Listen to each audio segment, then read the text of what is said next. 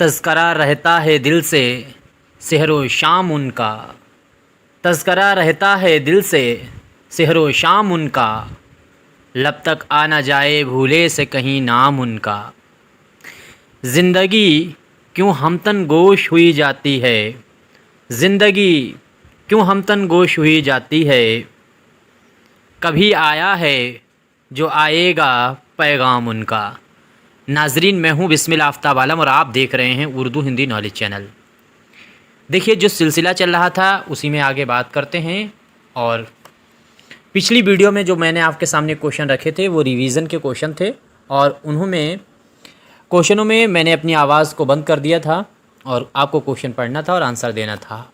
आज हकीकतन जो सवाल हैं उन पर हम बात करेंगे। पहला सवाल आपके सामने स्क्रीन पे दिख रहा है। आप उर्दू के किसी भी एग्ज़ाम की अगर तैयारी कर रहे हैं तो आपके लिए बहुत इम्पोर्टेंट होने वाले हैं।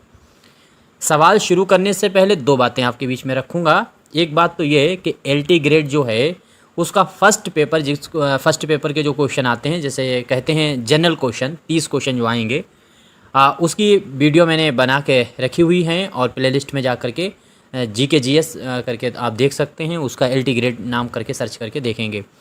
और राजस्थान में अगर जिसने भी TGT PGT का एग्ज़ाम देने के लिए डाला हुआ है फॉर्म अपना, तो उनका भी जो फर्स्ट पेपर है, उर्दू तो सभी पढ़ाते हैं, तो उर्दू के साथ साथ फर्स्ट पेपर की भी तैयारी आपको कराई जाएगी। राजस्थान का भी पूरा सिलेबस मैं आपके सामने कंप्लीट करूँगा और ये सारी चीज़ें आपके लिए फ्री हैं, आप देख सकते हैं। वीडियो पूरी देखने के बाद अच्छे क्वेश्चन लगें तो लाइक कर सकते हैं, क्वेश्चन अच्छे नहीं लगते हैं तो डिसलाइक कर सकते हैं। पहला सवाल है, नज़्म की जमा क्या होगी। यानी नज़्म जो है वो वाहिद लफ्ज़ है, इसकी जमा अगर आपसे पूछा जाए बहुवचन इसका क्या होगा। उम्मीद करता हूँ सभी का आंसर सही होना चाहिए। देखो, मंजूमात आपको याद रखना चाहिए। जिस तरह से मस्जिद होता है तो उसका कहीं कहीं जो है जमा उसकी मसाजिद बता दी जाती है। इसी तरह से आपको ये जो एक चीज़ और याद रखिए कि LT ग्रेड है और UP TGT का जो एग्ज़ाम है उसमें ये चैप्टर शामिल किया गया है कि आपसे वाहिद और जमा जो है वो पूछी जाएगी। तो उम्मीद करता हूँ ये आंसर सभी का सही हुआ होगा।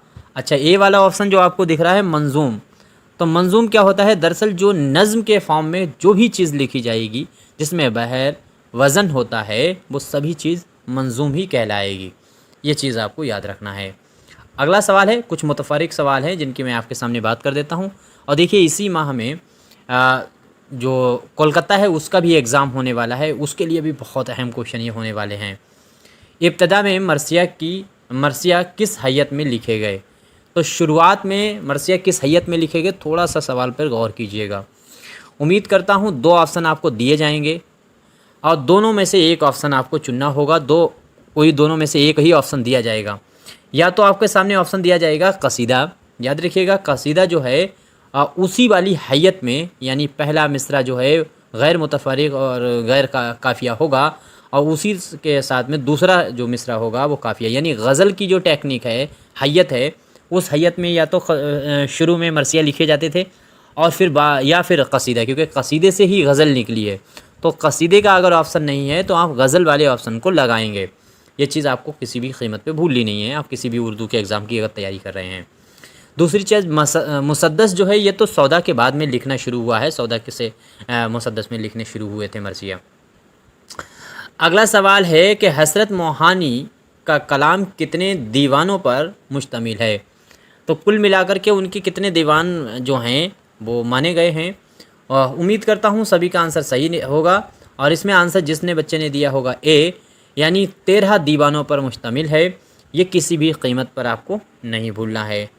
सभी लोग अपने क्वेश्चनों को देखिएगा और जिनके क्वेश्चन गलत होते हैं उनको अपने पास नोट करना चाहिए।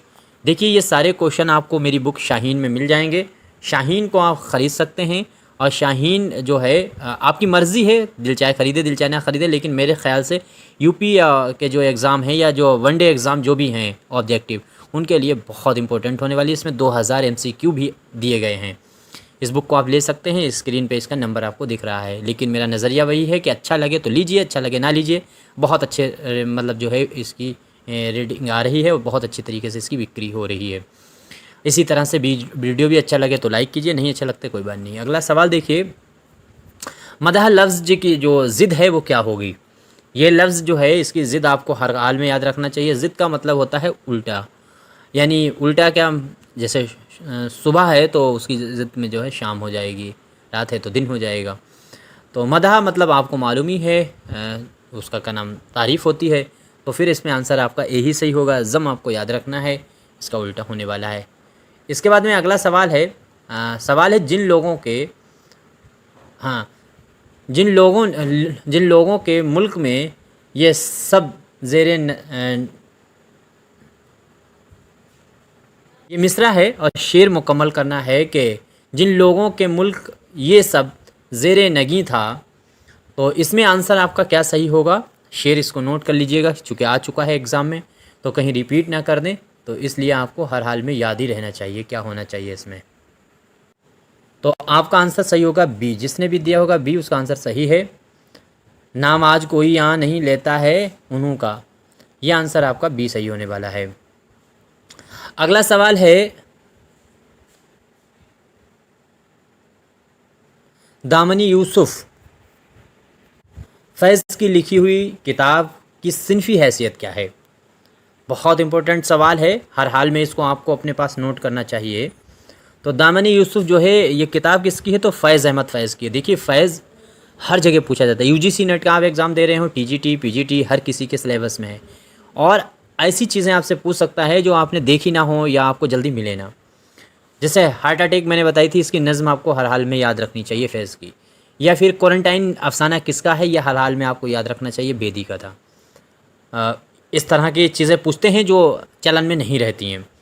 तो इसमें जिस बच्चे ने आंसर दिया होगा सी खुतूत का मजमू, उसका आंसर मेरे ख़्याल से सही होगा। सी आंसर आपका सही होने वाला है। अगला सवाल है, नज़र सौदा, नज़र सौदा और नज़र गालिब, ये दोनों नज़में हैं, नज़र सौदा और नज़र गालिब, यहाँ से आपको नोट कर लेना चाहिए दोनों को। तो दोनों नज़में लिखी हुई किसकी हैं। उम्मीद करता हूँ सभी का आंसर सही हुआ होगा और फटाफट जवाब देने की कोशिश कीजिए। देखिए, अगर क्वेश्चन मैंने कहा था अच्छे लगते हैं तो लाइक करना चाहिए, नहीं तो डिसलाइक कर देना चाहिए। और इसी तरह के वीडियो हासिल करने के लिए आप जो है वो चैनल को सब्सक्राइब कर सकते हैं, चैनल से जुड़ सकते हैं और साथियों को शेयर कर सकते हैं जो उर्दू की किसी भी एग्ज़ाम की तैयारी कर रहे हैं। जीके जीएस वाले की तैयारी ज़रूर करना चाहिए चैनल पे, उसको भी मैं इसी तरह से उर्दू की तरह तैयार करा रहा हूँ, ताकि आपको कम जो है वक्त में तमाम अच्छी चीज़ें आप तक पहुँच जाएँ। देखिए, ये भी नज़में जो दोनों हैं वो फ़ैज़ अहमद फ़ैज़ की हैं, जिसने आंसर दिया होगा डी उसका आंसर सही है। इसके बाद में अगला सवाल है, फ़ैज़ अहमद फ़ैज़ के नाम, फ़ैज़ अहमद फ़ैज़ के नाम से एक सन मनाया गया था जिसको स्पेशल डे कहते हैं, स्पेशल फ़ैज़ डे, यानी फ़ैज़ के नाम पे यौम फ़ैज़ के तौर पे कौन से साल को मनाया गया था।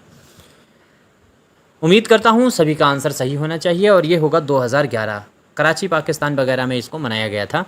तो फ़ैज़ जो हैं वो हर जगह शामिल हैं सिलेबस में, तो हो सकता है कहीं इस तरीके की चीज़ें ना पूछ लें। अब एक ये सवाल और भी है जो इससे पहले पूछ चुके हैं इसके बारे में, और ट्रेंडिंग में ये सवाल है, तो आपसे पूछ सकता है, ज़िंदा रूद, तो ज़िंदा जो है, ज़िंदा रूद किसकी सवाने उम्री है।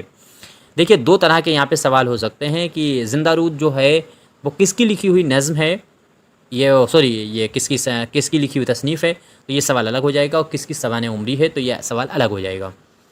अल्लामा इकबाल के बेटे हैं जावेद इकबाल, जावेद इकबाल की तसनीफ़ पूछी जाए किसकी है, तो आंसर आपका होगा जावेद इकबाल। लेकिन किसकी इसमें सवाने है, तो आपका आंसर हो जाएगा इकबाल। तो जिस बच्चे का आंसर होगा बी, उसका आंसर एकदम राइट है, बी आंसर सही होने वाला है। ज़िंदा रूद जो है वो सवाने लिखी गई है, किसकी लिखी गई है, तो इकबाल की लिखी गई, उनके बेटे ने लिखी है। अगला सवाल है कि दर्ज झेल में से, अब अगला सवाल है कि दर्ज झेल में से कौन सा शायर तहरीफ़ निगारी के लिए जाना जाता है। देखिए, बच्चों के कमेंट आए हैं कि एक्सप्लेन कर दीजिए, थोड़ा सा एक्सप्लेन कर ही देता हूँ कि मैं भूल गया था, ऐसे ही क्वेश्चन में कराने लगा। यहाँ से देखिए, उर्दू में आपसे पूछा जाता है कि तंज़ो मज़ा है वो कहाँ से आया है, तो हुजू निगारी को आप जानते हैं कि हुजू निगारी ऐसी चीज़ है जिससे उर्दू शायरी है या फिर नस्र है, उसमें तंज़ को पैदा किया गया है और तंज़ से मज़ा पैदा किया गया है। तो हुजू आपका आंसर सही होना चाहिए था। अब तहरीफ निगारी दरअसल क्या चीज़ है, इस चीज़ को आपको अच्छे से समझ लेना चाहिए। तो अब आंसर इसमें आपका सही क्या होगा, इसमें होगा हिज्र। ये भी एक शायर हैं और जो तहरीफ निगारी के लिए ही जाने जाते हैं। तो जो पैरोडी होती है दरअसल उसी को तहरीफ निगारी कहते हैं। अब पैरोडी तो आप जानते हैं, पैरोडी लफ्ज़ जो है वो अंग्रेज़ी का है, तो उसी पैरोडी लफ्ज़ को जो है वो तहरीफ निगारी में बदल दिया गया है। दरअसल होता क्या है कि किसी भी शायर का लिखा हुआ कलाम जब कोई दूसरा शायर उसी ज़मीन उसी बहर में मज़ाहिया अंदाज में पेश करता है तो वो हो जाता है पैरोडी। जैसे लाहौर का जोग्राफिया है तो उसको लिख दिया गया है पंजाब का जोग्राफिया के नाम से, या और भी इसी तरह की तसानीफ़ें हैं। इसी तरह से एक और सवाल जो है वो हो सकता है आपसे पूछ लिया जाए, अभी तक बहरहाल मेरी नज़र में तो नहीं पूछा गया। वो नाम आपको याद रखना है कि जो इकबाल की नज़म है हर हाल में आपको याद रहना चाहिए, और उस नज़म का है शिकबा। इकबाल की नज़म है शिकबा, जो आपको किसी भी कीमत पे नहीं भूलना चाहिए। उसकी भी तहरीफ़ की गई थी। किसने की थी? तो जाफ़री ने की थी। सैयद मोहम्मद जाफ़री हैं जो बहुत बड़े जो है तहरीफ़ निगार हैं। नाम आपको याद रखना चाहिए, सैयद मोहम्मद जाफ़री। ये क्या है? ये तहरीफ़ निगार हैं, यानी पैरोडी करते हैं, और इन्होंने इकबाल की नज़म शिकबा की पैरोडी की है। ये किसी भी कीमत पे आपको नहीं भूलना है। उम्मीद करता हूँ सभी को याद रहेगा। इसके बाद में अगला सवाल देखिए, सवाल है चोर और खुदा किसकी हुई लिखी हुई नज़म है? तो चोर और खुदा ये आपको हर हाल में याद रहना चाहिए। देखिए ये लिखी हुई हैं राजा मेहंदी अली ख़ान की। राजा मेहंदी अली ख़ान को आपको हर हाल में याद रखना चाहिए। देखिए आपको लगता होगा ये नया नाम है, नया बिल्कुल भी नहीं है। राजा मेहंदी अली ख़ान साहिर लुधियानवी और मजरू सुल्तानपुरी के फ्रेंड थे, और फिल्मों में इन्होंने बहुत सारे गाने लिखे हैं। आई थिंक 2500 गाने लिखे हैं राजा मेहंदी अली ख़ान ने, और बहुत टाप के। एक गाना आपने सुना होगा लता मंगेशकर का, अगर मुझसे मोहब्बत है तो सारे गम मुझे अपने गम दे दो, वो हर एक आंसू जो तुम्हें दुख दे मुझे मेरी कसम दे दो। यह राजा मेहंदी अली ख़ान का लिखा हुआ है। तो राजा मेहंदी अली ख़ान के बारे में आपको इतनी चीज़ें हैं। इसके बाद में है इनकी जो ये लिखी हुई नज़म है, इसके बाद में मुलाकात नाम की भी इन्होंने एक नज़म लिखी थी राजा मेहंदी अली ख़ान ने, जो उर्दू अदब में शामिल है। उनकी बात करते हैं, मूवियों में तो बहुत इसने काम किया है। इसके बाद में है अजी पहले आप, ये भी लिखी हुई नज़म अगर पूछा जाता है तो वो राजा मेहंदी अली ख़ान की है। मैं बहुत आहिस्ता से बताता हूँ ताकि आप नोट भी कर पाएँ और आप बहुत अच्छे से इसको तैयार कर पाएँ।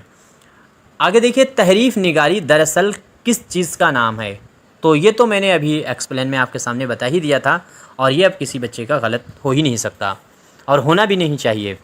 तो ये उर्दू में मज़ा निगारी के लिए आई है। मैंने कहा था हुजू, और हुजू निगारी, हुजू गोई, उससे मज़ा पैदा किया गया। फिर ज़राफ़त के लिहाज से मतलब जो है काम एक गालिब ने शुरू कर दिया अपने ख़तों के ज़रिए, उसके बाद में अकबर इलाहाबादी ने शुरू किया, और फिर इन दोनों के बाद में अवध पंच ने बचा खुचा काम शुरू कर दिया। अवध पंच के बाद ये मैं सिस्टमेटिक इसलिए बता रहा हूँ कि मेंस अगर आपको लिखना पड़े और आपसे तहरीफ़ निगारी पर मजमून पूछ लिया जाए तो आप बहुत आसानी से लिख सकते हैं। तो अवध पंच, और अवध पंच के बाद में आप फसाना आज़ाद को लिख सकते हैं जिसमें तंज़ो मज़ाह का बयान हुआ, और उसके बाद एक लंबी लिस्ट है, रशीद अहमद सिद्दीकी, पतरस बुखारी, कन्हैया लाल कपूर, ये तमाम लंबी एक लाइन है। बंदा नवाज़ गेसू दराज किस सन में दिल्ली से गुलबर्गा पहुँचे थे? बहुत ही अहम, बहुत ही इम्पॉर्टेंट सवाल है, और ये भी आपको हर हाल में आना चाहिए। उम्मीद करता हूँ सभी का आंसर सही होना चाहिए। जैसे एक सवाल बनता रहता है कि दक्कन से वली दक्कनी ने दिल्ली का सफ़र कब किया था। अब इसी तरह से बंदा नवाज़ गेसू दराज ने दिल्ली में इनके बहुत सारे शागिर्द थे बंदा नवाज़ गेसू दराज के, जिनके बारे में आप लोगों को मालूम होना चाहिए। तो इन्होंने गुलबर्गा से इन्होंने जो है सफ़र किया था। अच्छा, किस सन में किया है? तो दिल्ली से तो 1399 में किया है। ये बात आपको हर हाल में याद रहे। मेराजुल आशिकीन है, तवातुल वजूद है, शिकारनामा है, तमाम इनकी तसानीफ़ें हैं जो आपको मेरी बुक शाहीन में इसके बारे में सारी चीज़ें मिल ही जाएंगी। आगे दर्ज झेल में से किसका उसलूब मुकफ़ा है? अब सवाल देखिए, मुकफ़ा और मुसज्जा अगर लगा दिया जाता है लफ्ज़ तो फिर सवाल चेंज हो जाता है, और सिर्फ मुकफ़ा है तो फिर उसलूब मुकफ़ा अगर पूछा जाता है तो वो अलग चीज़ है। मुकफ़ा का मतलब होता है ऐसी नस्ल लिखी जाए जिसमें काफ़िया बार बार घूमते रहें, अल्फाज एक ही जैसे, जैसे कुरान है। वो जिस टेक्निक में लिखी गई वो उसलूब मुक़फ़्फ़ा ही है। तो मुक़फ़्फ़ा जो है, मुझे अरबी आती नहीं है बट लोगों को मैंने पढ़ते वो सुना है, या जो है तरावियों में नमाज़ पढ़ने आप पीछे जाएंगे तो मौलाना जो है इमाम साहब वो कुरान पूरी सुनाते हैं, तो उसको सुनोगे तो आपको पता चले जाएगा, अगर आपको जानकारी है थोड़ी बहुत नस्र लिखने में। एक वीडियो हम आपके सामने लाएंगे, उसमें हम आपको बताएंगे अगर आपको राइटर बनने का शौक़ है तो राइटर में बहुत रुपया पैदा किया जा सकता है, और कैसे उसकी ब्लॉगिंग कर सकते हैं और कैसे आप किताबें लिख सकते हैं, वो बाद में बताएंगे, या आप पर्सनली मुझसे पूछ सकते हैं। खैर, तो इसमें जो है वो पकड़ लेंगे आप बहुत आसानी से सब्रस। तो सब्रस जो है वो मुक़फ़्फ़ा और मुसज्जा नहीं है, मुक़फ़्फ़ा है, और मुसज्जा भी अगर लगा होता है तो आपका आंसर सही हो जाता है, फिर फसाना अजाइब। इसके बाद में अगला सवाल देखिए, सवाल आपके सामने है कि शुमाली हिंद की पहली नसरी किताब कौन सी है। तो शुमाली हिंद की पहली नसरी किताब आपको बतानी है। उम्मीद करता हूँ सभी का आंसर सही होना चाहिए फटाफट। तो इसमें जो पहली नसरी किताब आपसे पूछी गई है वो आंसर आपका सही होगा डी। जिस भी बच्चे ने दिया होगा डी आंसर उसका एकदम राइट होने वाला है। देखिए 1731 आपको सन याद रखना चाहिए, 1731 जो है नूरुल हसन नकवी के मुताबिक इस किताब को मुकम्मल किया गया है। किस किताब को? तो वो है करबल कथा। ये हर हाल में आपको याद होना चाहिए। मुल्ला वाज काशवी की किताब थी रोज़तुश शौदा का, ये तर्जुमा है, या उसको देख करके ही ये लिखी गई है। बहरहाल तर्जुमा भी कहा जाता है। नसरी नमूने जो हैं वो बहुत ही अहम नसरी नमूने हैं। और इसके बाद यानी ये करबल कथा के बाद जो सबसे अहम नसरी नमूना हमको मिलता है वो शुमाली हिंद में मिलता है हमें, मरासी इसका लिखा हुआ जो है सौदा का। तो उसमें सौदा ने जो मरासी अपना मजमुआ लिखा था, इंतखाब लिखा था, उसमें उससे पहले जो पेशे लफ्ज़ उसमें दिया उसने अपने मुक़दमा लिखा है, तो वो जो नस्र इस्तेमाल की है तो इसके बाद में उसी का नंबर आता है। वो नस्र ऐसी नस्र है जो शुमाली हिंद के कई नमूनों में मानी जाती है। अब ये सवाल देखिए, सवाल है कि मीर तक़ी मीर की मसनबी है शोला इश्क को किसने उर्दू नस्र में मुंतकिल किया है। यानी सवाल इतना सा है कि आपकी जो लिखी हुई नज़्म है, मसनबी है मीर तक़ी मीर की शोला इश्क, उसको नस्र में किसने मुंतकिल किया है। ये बात आज तक कोई साबित नहीं कर पाया, कोई माइकल साबित नहीं कर पाया कि किसने किया है। लेकिन हमारे प्रोफेसर जो बैठे हुए हैं या पेपर बनाते हैं उनके दिमाग की उपज कह सकते हैं, और वो तो जिल्ले इलाही हैं, कुछ भी कर सकते हैं।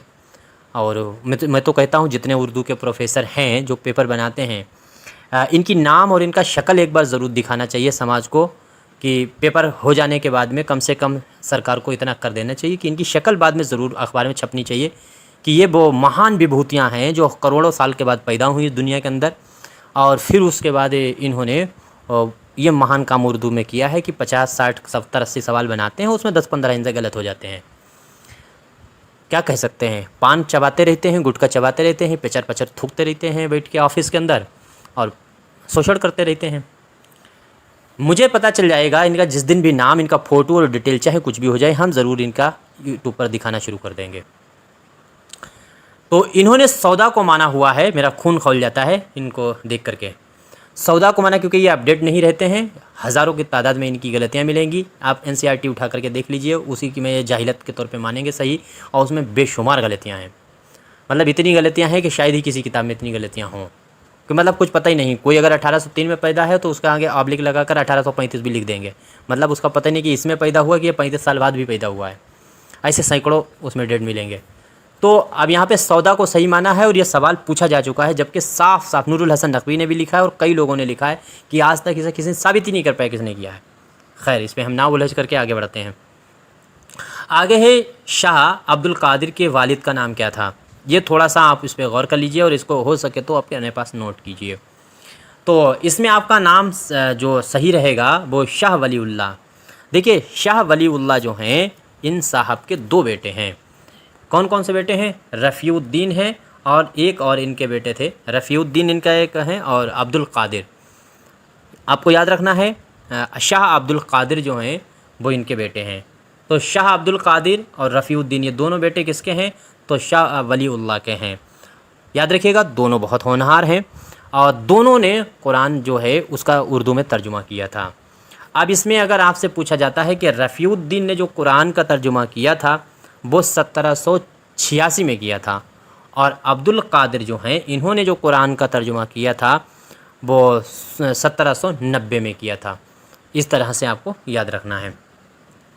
आगे है दर्ज झेल में से किसका उसलूब रंगीन और मुकफ़ा है। तो रंगीन और मुकफ़ा, देखिए यहाँ पर भी मुसज्जा नहीं आया है, तो उसलूब रंगीन और मुकफ़ा ये बहुत टेक्निकल सवाल है।